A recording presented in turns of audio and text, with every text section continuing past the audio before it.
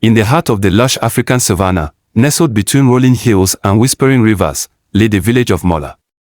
This village was known far and wide for its bountiful crops, harmonious community spirit, and most of all, the kindness that flowed through every one of its inhabitants. Children ran freely through the dirt paths, elders gathered under the baobab tree to share stories, and every evening, the aroma of simmering stews filled the air.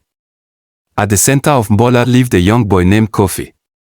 Koffy was known for his gentle nature and his willingness to help anyone in need.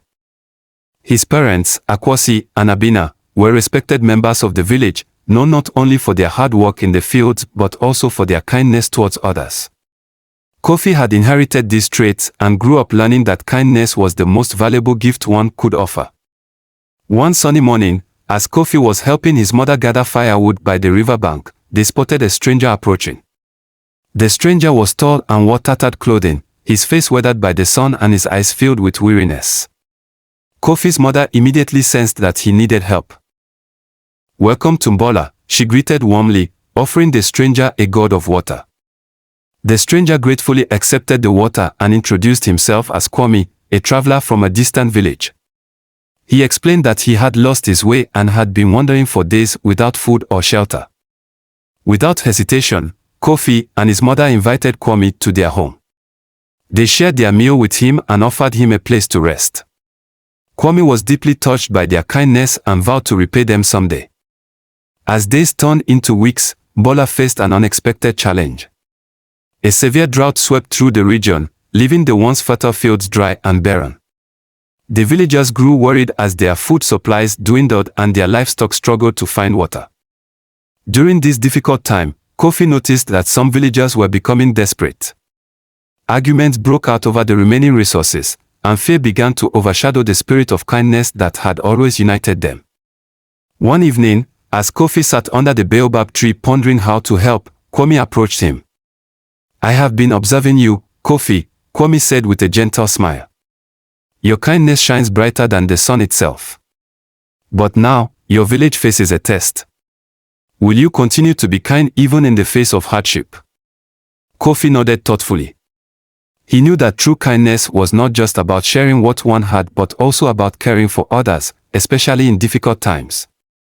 Inspired by Kwame's words, Koffy decided to take action.